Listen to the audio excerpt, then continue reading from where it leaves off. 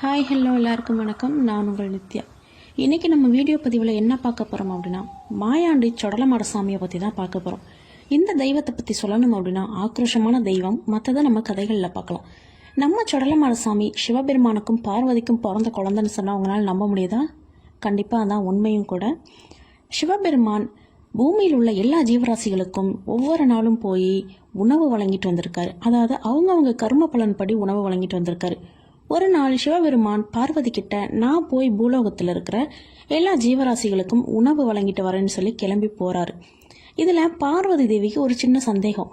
அதாவது சிறு சிறு உயிரினங்களுக்கு கூட இவர் எப்படி போய் உணவளிக்கிறாரு, இதை நம்ம கண்டுபிடிக்கணும்னு சொல்லிட்டு என்ன பண்ணுறாங்கன்னா, ஒரு சின்ன எறும்பை பிடிச்சி குங்கும சிமிழில் போட்டு அடைக்கிறாங்க. காற்று கூட போக முடியாத அளவுக்கு இருக்கிற சிமிழில் அடைச்சி வச்சுட்டு சிவபெருமான் பூலோகத்திலிருந்து மேலோகம் அதாவது கைலாயம் வந்த பிறகு நம்ம பார்வதி தேவி சிவபெருமானை பார்த்து, எம்பெருமானே, அனைத்து உயிரினங்களுக்கும் உணவளித்து விட்டீர்களான்னு கேட்குறாங்க.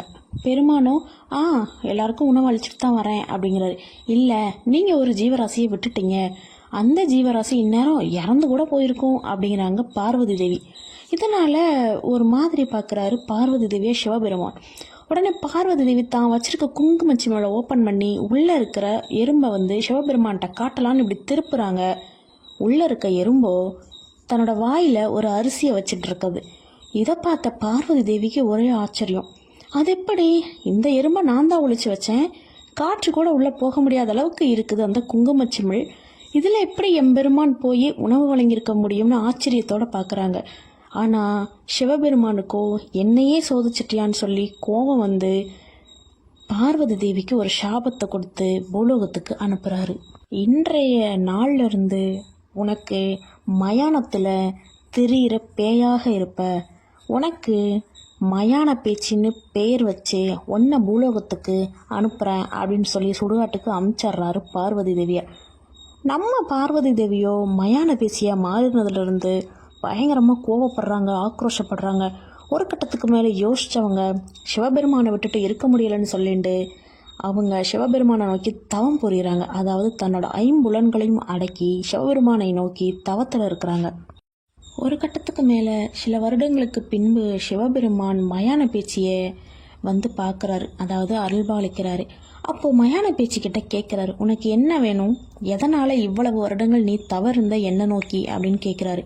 அதுக்கு மயான பேச்சியோ, சிவபெருமானே, எனக்கு ஒரு ஆண் குழந்தையை கொடுங்க, எனக்கு ஆண் குழந்தை வேணும், நான் இங்கே தனியாக இருக்கேன் அப்படின்னு சொல்லி சொல்கிறாங்க.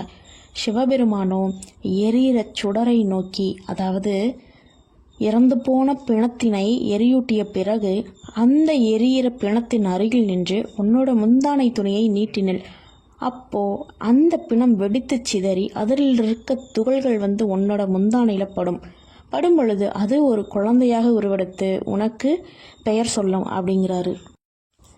மயான பேச்சியோ சிவபெருமான் சொன்னது போலவே தன்னோட சேலையில் இருக்கிற ஒரு முன்பகுதியை, அதாவது முந்தானையை எடுத்து எரிகிற பிணத்தின் முன் நிற்கிறாங்க. நிற்கும் பொழுது அந்த பிணமும் வெடிக்குது. வெடிச்சதில் சில துகள்கள் விழுகுது சேலையில். விழுந்த உடனே அதை எல்லாத்தையும் ஒன்றா சேர்த்து ஒரு குழந்தைய உருவெடுத்து வைக்கலாம்னு பேச்சு நினைக்கிறாங்க. ஆனால் சிவபெருமான் சொன்னது வேற, இங்கே நடந்தது வேற. ஏன்னா இங்கே இருக்கிற இந்த துகள்களுக்கு உயிர் உண்டு, பட் சதையோ கையோ காலோ கிடையாது. அதனால் பயங்கர கோவப்பட்டு மயான பேச்சு சிவபெருமானை கூப்பிடுறாங்க. நான் கேட்டதோ குழந்தை, நீங்கள் கொடுத்ததோ சிறு சிறு நெருப்பு துகள்கள், இதுக்கு உயிர் மட்டும்தான் இருக்குது, மற்றபடி கையோ காலோ இல்லை, என்ன இது நியாயமான்னு கேட்குறாங்க. அதுக்கு சிவபெருமான் உடனே அந்த துகள்களை வாங்கி ஒரு ஆண் குழந்தையா உருகுடுத்து அதை மயான பேச்சுக்கிட்ட ஒப்படைக்கிறாரு. அந்த குழந்தையோ அழுகுது, அதாவது பசியில் அழுகுது. உடனே மயான பேச்சு தன்னோட மடியில் எடுத்து வச்சு தன்னோட தாய்ப்பாலை கொடுக்குறாங்க. கொடுத்த நொடியில் மயான பேச்சுக்கு சாப விமோச்சனம் கிடச்சி, அதாவது பார்வதிக்கு சாப விமோச்சனம் கிடச்சி 2 பேருமே கிளம்பி கைலாயம் போகிறாங்க. கைலாயம் போன பிறகு அன்றைய இரவு சொடலமாட சாமியை தூங்க வச்சுட்டு சிவபெருமானை பார்க்குறதுக்காக பார்வதி தேவி போகிறாங்க. அவங்க போயிட்டாங்க. அந்த டைமில் சொடலைக்கு சரியான பசி, சொடலைக்கு பிணவாடையும் எடுக்குது. உடனே சொடலை கிளம்பி பூலோகம் வராரு. பூலோகத்தில் வந்து மயானத்தில் எரிஞ்சிட்டு இருக்க பிணத்தை எடுத்து நல்லா சாப்பிட்றாரு. அந்த பிணம் அறவுறையாக தான் எரிஞ்சிட்டு இருந்திருக்கு. அதுக்கப்புறம் அங்கே இருக்க பேய்களை கூப்பிட்டு பங்கு போட்டு அவங்களுக்கும் பசியாத்திருக்காரு நம்ம சொடலை. ஒரு கட்டத்துக்கு மேலே பசியாறின பிறகு திரும்ப பூலோகத்திலேருந்து கைலாயத்துக்கு கிளம்பி வந்த சிவச்சொடலை ஒரு குழந்தையா மாதிரி, ஒன்றும் தெரியாத குழந்தை மாதிரி தொட்டியில் படுத்து தூங்கியிருக்கிறாரு. பார்வதி தேவி சிவபெருமானை பார்த்துட்டு சொடலை இருக்க இடத்துக்கு வராங்க. அப்போது சொடலை தான் பசியில் அழுகிற மாதிரி அலறாரு குழந்தையா இருந்து. உடனே பார்வதி தேவி, ஐயோ பிள்ளைக்கு பசிக்குது போல அப்படின்னு எடுத்து மடியில் வச்சிருக்கிறாங்க சொடலையை. சொடலையோட முகத்தில் பார்த்தா வாயெல்லாம் ரத்தம். இதை பார்த்த பார்வதி தேவி ஒரு செகண்ட் ஆடி போயிட்டாங்க. ஏன்னா சொடலை மேலே பிணவாடையும் அடிக்குது. உடனே பயந்து போன பார்வதி தேவி பயங்கர கோபத்தோட சிவபெருமான் கிட்ட போகிறாங்க. அங்கே போய், எம்பெருமானே, நான் உங்ககிட்ட கேட்டது என்னவோ ஆண் குழந்தை, நீங்கள் எனக்கு கொடுத்துருக்கிறது என்னவோ பிணந்தின்னும் ஒரு குழந்தை. இக்குழந்தை எனக்கு வேண்டாம். ஏன்னா இன்னைக்கு வந்து பூலோகம் போய் பணத்தை தின்னுட்டு வர்ற ஒரு குழந்தை என்னைக்கா இருந்தாலும் நிச்சயமாக என்னையும் சாப்பிடும். எனக்கு இந்த குழந்தை வேண்டான்னு பயப்படுறாங்க.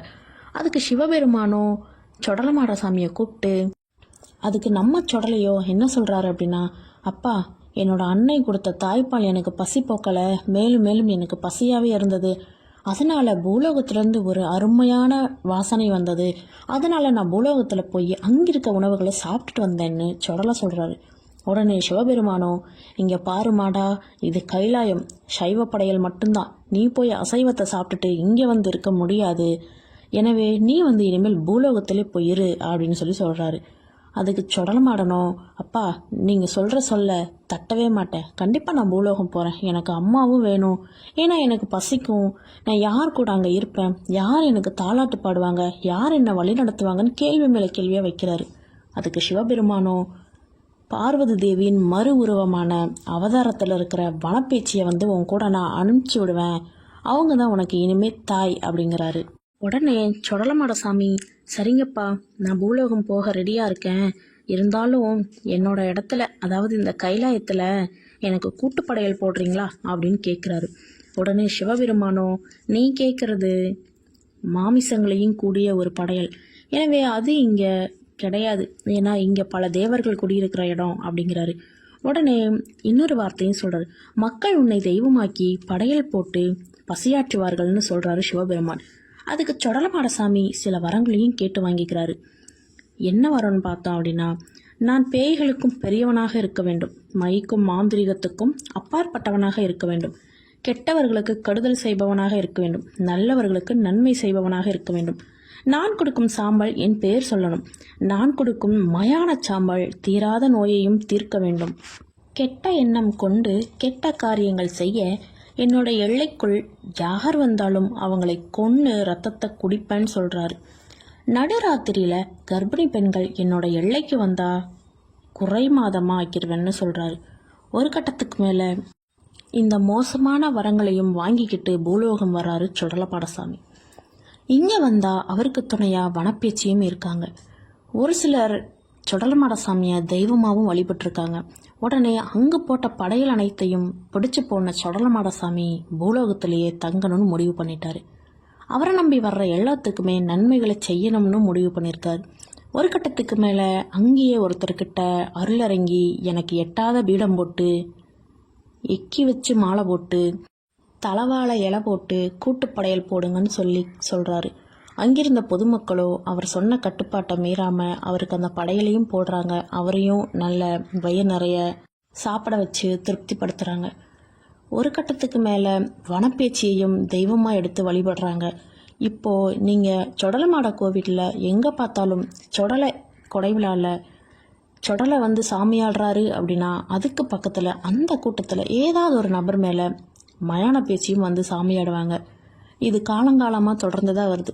சொடலை எங்கெல்லாம் போய் நிற்கிறாரோ அங்கெல்லாம் சொடலைக்கு பாதுகாப்பாக தன்னோட மகனை பாதுகாக்க மயான பேச்சியும் அங்கே போய் நிற்கிறாங்க அப்படின்னு சொல்கிறாங்க. சொடலசாமிக்கு படையல் போடும்போது மயான பேச்சிக்கும் சேர்த்து தான் படையல் போட்டு வழிபடுறாங்க. எனக்கு தெரிஞ்ச அளவுக்கு சொடலமாட சாமியை பற்றி நான் சரியாக தான் சொல்லியிருக்கேன்னு நினைக்கிறேன், நம்புகிறேன். ஒருவேளை நான் தப்பாக சொல்லியிருந்தேன் அப்படின்னா கமெண்ட் பாக்ஸில் வந்து நீங்கள் சொன்னீங்க அப்படின்னா அதை நான் சரி பண்ணிக்கிறேன்.